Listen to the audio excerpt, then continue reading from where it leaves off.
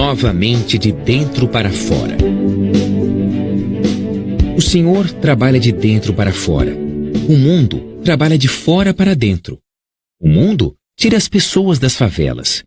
Cristo tira as favelas de dentro das pessoas e depois elas mesmas saem das favelas.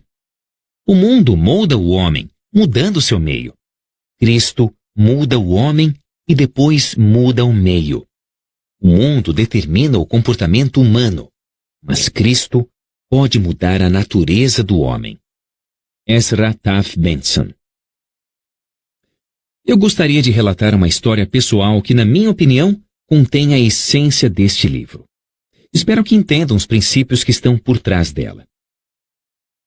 Há alguns anos, nossa família deixou o local onde vivíamos por 1 ano. Eu consegui uma licença na universidade onde leciono para poder me dedicar a escrever. Passamos esse ano inteiro em Lae, na costa norte de Oahu, no Havaí. Pouco tempo depois de nos mudarmos, desenvolvemos uma rotina de vida e trabalho que podia não ser muito produtiva, mas era extremamente agradável. Depois de um passeio de manhã cedo pela praia, mandávamos 2 de nossos filhos para a escola, descalços e de shorts. Eu ia para a sala, perto do canavial, onde tinha um escritório, para escrever o livro. Era tudo muito quieto, muito sereno, muito bonito, sem telefone, reuniões ou compromissos urgentes. Meu escritório ficava perto dos limites de uma universidade, e um dia, quando eu passeava por entre as fileiras de livros nos fundos da biblioteca da universidade, topei com um volume que chamou minha atenção. Quando eu o abri, os olhos pararam em um único parágrafo, que influenciou poderosamente o resto da minha vida. Li e reli o parágrafo. Ele continha basicamente a ideia simples de que havia intervalo ou espaço entre estímulo e resposta, e que a chave, tanto para o amadurecimento quanto para a felicidade, era saber como usar aquele espaço. Encontro dificuldades para descrever o efeito daquela ideia em minha mente. Apesar de eu ter sido criado na filosofia da autodeterminação, o modo como a ideia fora redigida, um espaço entre o estímulo e a resposta, me atingiu com uma força nova, quase inacreditável. Era como descobrir pela primeira vez, similar a uma revolução interior, uma ideia cujo momento chegara. Refleti sobre a questão por muito tempo, e ela começou a ter um efeito poderoso em meu paradigma de vida. Era como se eu tivesse me tornado um observador de minha própria participação. Comecei a ficar parado sobre o espaço e a olhar de fora para o estímulo. Fiquei contente com a sensação íntima de liberdade para escolher minha resposta, até mesmo para me tornar o estímulo, influenciá-lo ou até revertê-lo. Pouco depois, e em parte por causa desta ideia revolucionária, Sandra e eu começamos a nos comunicar em grande profundidade. Eu a pegava pouco antes do meio-dia em uma velha Honda Trail 90 e saíamos com os 2 filhos em idade pré-escolar conosco, um no meio de nós 2, outro no meu joelho esquerdo, percorrendo o canavial próximo ao meu escritório. O passeio era lento, levava cerca de 1 hora. Conversávamos. As crianças aguardavam ansiosas o passeio e normalmente não davam nem um pio. Raramente víamos outro veículo, e a moto era tão silenciosa que podíamos ouvir um ao outro tranquilamente. Normalmente acabávamos em uma praia isolada, onde estacionávamos a Honda e caminhávamos cerca de 200 metros até uma praia deserta, onde fazíamos um piquenique.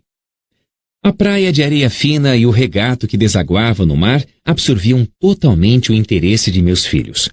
Sandra e eu podíamos, por isso, prosseguir nossa conversa sem interrupções. Talvez não seja preciso ter muita imaginação para perceber o nível de entendimento e confiança que fomos capazes de atingir ao passar pelo menos 2 horas por dia, todos os dias, durante 1 ano inteiro, em contato muito próximo. Bem no começo do ano, conversamos sobre todos os tipos de assuntos interessantes. Pessoas, ideias, eventos, filhos, meus textos, nossa casa, planos para o futuro e assim por diante. Mas pouco a pouco, nossa comunicação se aprofundou e começamos a conversar mais e mais sobre nossos mundos interiores, sobre nossa educação, sentimentos e dúvidas. Quando estávamos profundamente envolvidos nesta comunicação, também a observávamos e a nós mesmos dentro dela. Começamos a usar o espaço entre estímulo e resposta de modos novos e interessantes, o que nos levou a refletir sobre a forma como havíamos sido programados e como esses problemas interferiam na maneira como víamos o mundo. Iniciamos a excitante aventura em nossos mundos interiores e descobrimos que eles eram mais excitantes, mais fascinantes, mais absorventes, mais atraentes, mais lotados de estímulos e descobertas do que qualquer coisa que havíamos visto no mundo exterior. Nem tudo era luz e doçura. Por vezes tocávamos nervos expostos e tínhamos experiências dolorosas, constrangedoras, reveladoras, experiências que nos tornavam mais abertos e vulneráveis um para o outro. E acabamos por perceber que estávamos esperando por isso havia anos. Quando mergulhamos nas questões mais profundas, mais ternas, e depois saímos delas, sentimos-nos de certa forma curados. Desde o início, fomos tão solidários e companheiros, tão encorajadores e empáticos um com o outro, que desenvolvemos e facilitamos essas descobertas íntimas em nós dois. Gradualmente adotamos duas regras não verbalizadas. A primeira era não forçar. Assim que expunhamos as camadas mais profundas e vulneráveis, não devíamos questionar um ao outro, apenas demonstrar solidariedade. Pressionar confidência seria uma invasão, uma coisa muito lógica e dominadora. Estávamos percorrendo um terreno muito novo e difícil, incerto e assustador, trazendo à tona medos e dúvidas. Queríamos cobrar mais e mais dele, mas nos acostumamos a respeitar a necessidade de deixar que cada um se abrisse quando fosse o momento. A segunda regra básica era parar naquele dia quando magoasse demais, quando fosse doloroso. Retomaríamos a questão no dia seguinte, no ponto onde havia sido interrompida, ou esperaríamos até que a pessoa que estava se expondo sentisse que estava pronta para prosseguir. Deixávamos várias coisas no ar, sabendo que queríamos tratar delas depois. Afinal, tínhamos o tempo e o ambiente que levariam a isso, e estávamos tão excitados observando nosso envolvimento e o amadurecimento do casamento, que simplesmente sabíamos que mais cedo ou mais tarde, todas as questões que ficaram no ar seriam tratadas e que chegaríamos a algum tipo de conclusão. A parte mais difícil e também a mais gratificante desse tipo de comunicação surgiu quando a minha vulnerabilidade e a de Sandra se tocaram. Nesse momento, em função do nosso envolvimento, descobrimos que o espaço entre estímulo e resposta não era mais palpável. Alguns sentimentos negativos vieram à tona, mas nosso desejo mais profundo e nosso pacto implícito eram nossa preparação para recomeçar do ponto onde havíamos parado e lidar com os sentimentos até chegarmos a um acordo. Um dos momentos difíceis teve a ver com uma das tendências básicas da minha personalidade. Meu pai era um indivíduo muito fechado, muito controlado e cuidadoso. Minha mãe era e ainda é muito aberta, sociável e espontânea. Percebo que os dois conjuntos de tendências existem em mim, e quando me sinto inseguro, tenho uma tendência para me fechar, como meu pai. Passo a viver dentro de mim e a observar com segurança. Sandra é mais parecida com minha mãe, sociável, autêntica e espontânea. Passamos por uma série de experiências no decorrer dos anos em que considerei sua atitude pouco apropriada. Ela achava que meu retraimento era prejudicial, tanto socialmente quanto para mim como indivíduo, pois eu me tornaria insensível ao sentimento dos outros. Tudo isso e muito mais veio à tona durante as conversas na praia. Passei a valorizar a sabedoria e as descobertas de Sandra, bem como as maneiras que encontrava para me ajudar a ser uma pessoa mais aberta, disponível, sensível e sociável. Outro momento difícil teve a ver com algo que, em minha opinião, era uma mania de Sandra. Há anos eu vivia incomodado pela aparente obsessão de Sandra por equipamentos domésticos Frigidaire. Eu não conseguia entender. Ela nunca cogitava em comprar outra marca de aparelho. Mesmo quando estávamos começando, com um orçamento apertado, ela insistia em viajar 70 quilômetros até uma cidade grande, onde havia equipamentos Frigidaire à venda, simplesmente porque as lojas de nossa pequena cidade não mantinham estoque desses produtos. Esta era uma questão muito tensa para mim. Felizmente, o problema só surgia na hora de comprar um aparelho. Mas nessa hora, O estímulo detonava uma resposta pesada. Esta pequena questão parecia ser o símbolo de todo o pensamento irracional e gerava todo o conjunto de sentimentos negativos dentro de mim. Normalmente eu recorreria a meu comportamento reservado disfuncional. Suponho que a única maneira que eu encontrava para lidar com isso era não lidar. De outro modo, eu temia perder o controle e dizer coisas que não deveria dizer. Havia momentos em que eu me descontrolava e dizia coisas desagradáveis e precisava pedir desculpas. O que mais me incomodava não era seu gosto pela marca Frigidaire, mas sua insistência em fazer o que eu considerava defesas completamente ilógicas da Frigidaire que não se baseavam em fatos. Se pelo menos ela concordasse que sua reação era irracional e puramente emocional, eu creio que poderia ter aceitado, mas suas justificativas eram irritantes. Em algum momento, no início da primavera, o problema Frigidaire veio à tona. Toda a proximidade anterior nos preparara para isso. As regras básicas haviam sido estabelecidas com firmeza. Não forçar e dar um tempo se o tema fosse doloroso demais para um ou para os dois.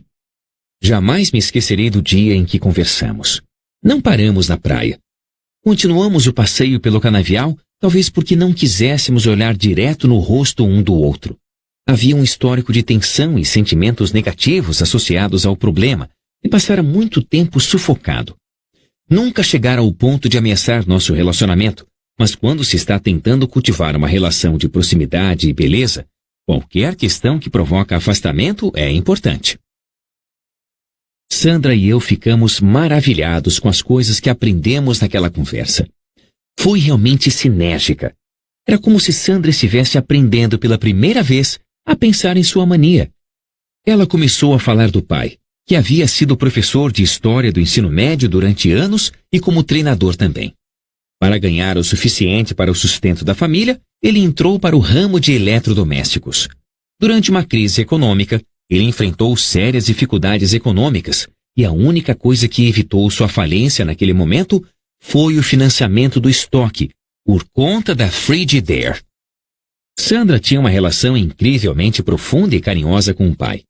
Quando ele voltava para casa, depois de um dia cansativo, deitava no sofá para que Sandra massageasse seus pés e cantasse para ele. Eram momentos maravilhosos que ambos desfrutavam quase que diariamente. Ele também se abria, falando de suas preocupações com as vendas e demonstrava a Sandra seu contentamento pelo fato de a Frigidaire financiar seu estoque, o que o ajudava a enfrentar as dificuldades. A comunicação entre pai e filha acontecera de forma espontânea, durante momentos de descontração, quando têm lugar os ensinamentos mais profundos. Durante esses momentos tranquilos, as defesas estão baixas e todos os tipos de imagens e pensamentos são incutidos com força no subconsciente. Talvez Sandra tenha se esquecido de tudo isso, até que a segurança encontrada naquele ano de confidências permitiu que viesse à tona de forma natural e espontânea. Sandra realizou descobertas profundas sobre seu modo de ser e sobre seus vínculos emocionais com a Frigidaire. Eu também aprendi e passei a respeitar sua atitude. Eu me dei conta de que Sandra não estava falando de eletrodomésticos, mas sim do pai e da lealdade às suas necessidades. Eu me recordo de que chegamos às lágrimas naquele dia, não tanto pela descoberta, mas pelo aumento do respeito mútuo. Percebemos que mesmo as coisas triviais, com frequência, possuem profundas raízes em experiências emocionais relevantes. Lidar com as trivialidades aparentes, sem ver as questões mais fundas e delicadas, significa invadir os recantos mais sagrados do coração do outro. Houve muitos resultados significativos naqueles meses. Nosso contato era tão intenso que conseguíamos quase instantaneamente a sintonia de pensamentos. Quando deixamos o Havaí, decidimos manter aquela prática. Desde então, no decorrer dos anos, continuamos a sair regularmente com nossa moto Honda Trail ou de carro, quando o tempo estava ruim, só para conversar. Achamos que o segredo de ficar apaixonado é conversar, particularmente sobre sentimentos. Tentamos nos comunicar várias vezes por dia, mesmo quando estou viajando. Manter contato com o lar dá acesso a toda a felicidade, segurança e valores que este representa. Thomas Wolfe estava errado. A gente pode voltar para casa novamente se sua casa for um relacionamento valioso, uma companhia preciosa. Convivência entre gerações. Sandra e eu descobrimos naquele ano maravilhoso a capacidade para utilizar com sabedoria o espaço entre estímulo e resposta, a exercer os 4 dons unicamente de nossa natureza, para aumentar nosso poder de dentro para fora. Havíamos tentado a abordagem de fora para dentro. Amávamos um ao outro, mas tínhamos tentado lidar com nossas diferenças controlando atitudes e comportamentos, praticando técnicas úteis para a interação humana. Mas estes band-aids e aspirinas não duravam para sempre. Até a hora em que atingimos e operamos no nível de nossos paradigmas essenciais, os problemas crônicos ocultos continuaram lá.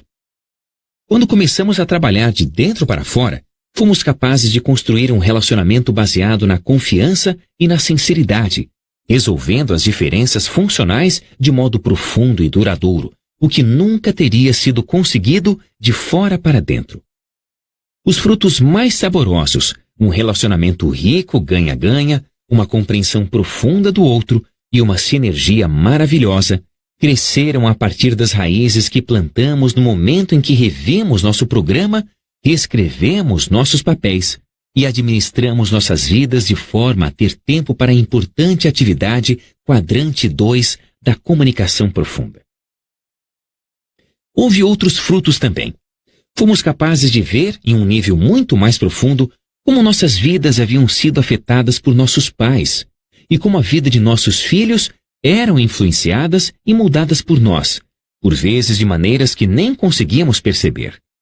Compreendendo o poder dos roteiros traçados para nossas vidas, sentimos um desejo renovado de fazer tudo o que fosse possível para que as coisas transmitidas para as gerações seguintes, por meio do exemplo e do ensinamento, se baseassem em princípios corretos.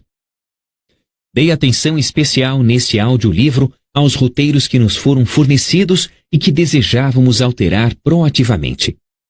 Mas ao examinarmos nossos roteiros cuidadosamente, também encontraremos coisas maravilhosas, positivas, que foram passadas para nós e aceitas sem discussão. A autoconsciência real nos ajuda a entender essas prescrições e dar valor aos que vieram antes de nós e nos criaram em um modo de vida baseado nos princípios, mostrando a nós não apenas o que somos, mas também o que podemos vir a ser. Existe um poder transcendente em uma família com laços fortes entre as gerações. Uma família verdadeiramente eficaz de filhos, pais, avós, tios, tias e primos pode ser uma força poderosa, capaz de ajudar as pessoas a ter uma noção de quem são, de onde vêm e o que defendem.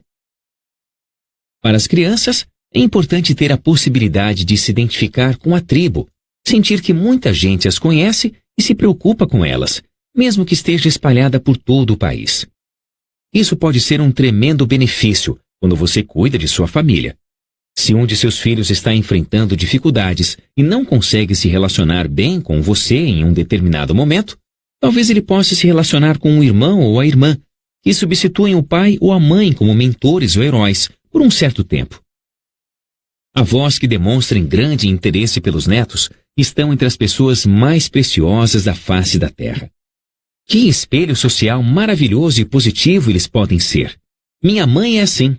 Mesmo agora, com mais de 80 anos, ela tem um profundo interesse pessoal por seus descendentes. Ela nos escreve cartas carinhosas. Eu estava lendo um dia no avião, as lágrimas escorrendo pelas faces.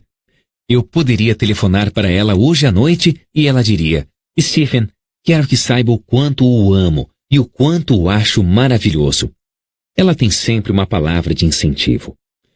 Uma família com vínculos fortes entre as gerações é potencialmente um dos relacionamentos interdependentes mais proveitosos, valiosos e satisfatórios.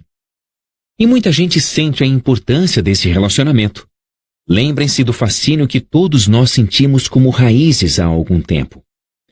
Cada um de nós tem suas raízes e a capacidade para pesquisar essas raízes, para identificar os ancestrais.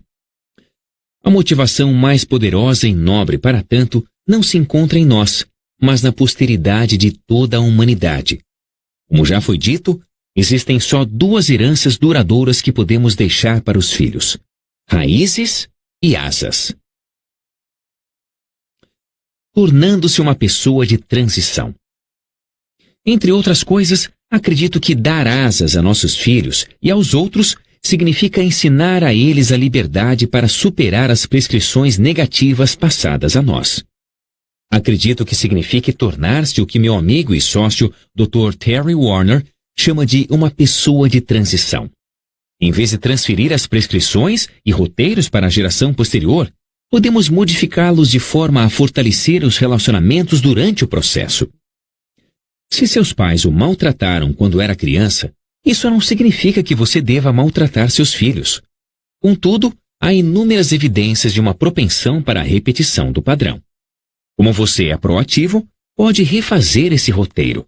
Não só pode escolher não maltratar seus filhos, como tratá-los bem, passando prescrições positivas para eles. Você pode redigir sua declaração pessoal de missão na mente e no coração. Visualizar uma vida em harmonia com a missão em sua vitória particular diária. Pode tomar medidas para amar e perdoar seus pais, se eles ainda estiverem vivos, e construir um relacionamento positivo com eles, procurando compreendê-los. Uma tendência que se manifesta em sua família há gerações pode parar em você. Você é uma pessoa de transição, um elo entre o passado e o futuro, e sua mudança pode afetar muitas vidas futuras. Uma pessoa de transição poderosa no século XX, Anwar Sadat, nos deixou como parte de seu legado uma compreensão profunda da natureza da mudança. Sadat encontrava-se entre um passado que criara uma imensa muralha de suspeição, medo, ódio e desentendimento entre árabes e israelenses, e um futuro no qual o acirramento do conflito e o isolamento pareciam inevitáveis. Os esforços de negociação depararam com objeções a cada passo, até mesmo informalidades e procedimentos, ou uma insignificante vírgula ou ponto em um texto proposto para um acordo. Enquanto outros procuraram resolver essa situação tensa trabalhando nas folhas, Sadat utilizou sua experiência anterior em uma cela solitária na prisão e passou a trabalhar nas raízes. Ao fazê-lo, ele mudou o curso da história para milhões de pessoas. Ele anotou em sua autobiografia: foi então que pensei, quase inconscientemente, na força interior que havia desenvolvido na cela 54 da prisão central do Cairo. Uma força, um talento ou uma capacidade para mudança. Descobri que estava enfrentando uma situação complexa e que não poderia esperar modificá-la até me armar com a capacidade psicológica e intelectual necessária. Minha contemplação da vida e da natureza humana naquele local isolado me ensinou que a pessoa incapaz de modificar a própria trama de seu pensamento jamais será capaz de transformar a realidade e, portanto, nunca progredirá. A mudança real vem de dentro para fora. Ela não vem dos cuidados com as folhas da atitude ou comportamento, por meio de técnicas milagrosas e rápidas da ética da personalidade. Ela vem do trabalho com as raízes, a trama de nosso pensamento, os paradigmas fundamentais e essenciais que definem o caráter e criam as lentes pelas quais vemos o mundo. Nas palavras de Amiel, a verdade moral pode ser concebida pelo pensamento. A pessoa pode senti-la, desejar vivê-la. Mas a verdade moral pode parecer ter sido capturada de todas essas maneiras e ainda assim nos escapar. Mais fundo do que a consciência está nosso próprio ser, nossa substância, nossa natureza. Apenas as verdades que entraram nesta última região, que se tornaram parte de nós, tornam-se espontâneas e involuntárias, bem como voluntárias, inconscientes e conscientes, e são realmente nossa vida, ou seja, algo mais do que uma propriedade. Enquanto formos capazes de distinguir qualquer espaço entre a verdade e nós, estaremos do lado de fora. O pensamento, o sentimento, o desejo e a consciência da vida podem não ser a vida. Tornar-se divino é, portanto, o objetivo da vida. Só assim se poderá dizer que a verdade é nossa, estando fora da possibilidade de perda. Ela não está mais fora de nós, e em certo sentido, nem mesmo dentro de nós. Somos a verdade, e ela é cada um de nós. Conquistar a unidade, a integridade, dentro de nós, com os entes queridos, amigos e colegas de trabalho, é o fruto mais nobre e delicioso dos 7 hábitos. Muitos experimentaram o fruto da verdadeira unidade em determinados momentos do passado, assim como também experimentamos os frutos amargos e solitários da desunião. Portanto, sabemos o quanto a unidade é frágil e preciosa. Obviamente, construir um caráter totalmente íntegro e viver uma vida de amor e caridade que cria esta unidade não é fácil. Não se consegue de repente. Mas isso é possível. Começa com o desejo de centrar nossas vidas em princípios corretos, de romper com os paradigmas criados por outros centros e facilidades dos hábitos inadequados.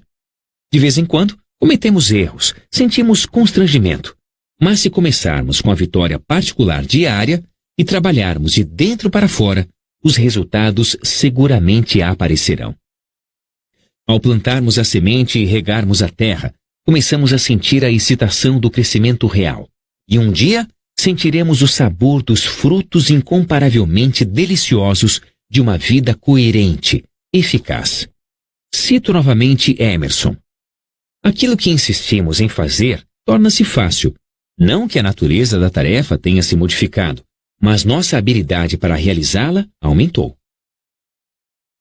Ao centrarmos nossas vidas em princípios corretos e criar um novo equilíbrio entre fazer e aumentar nossa capacidade para fazer, ganhamos força para a tarefa de levar uma vida eficaz, útil e pacífica, para nós mesmos, para a posteridade. Uma nota pessoal. Ao concluir esse audiolivro, gostaria de revelar minha convicção pessoal referente ao que acredito ser a fonte dos princípios corretos.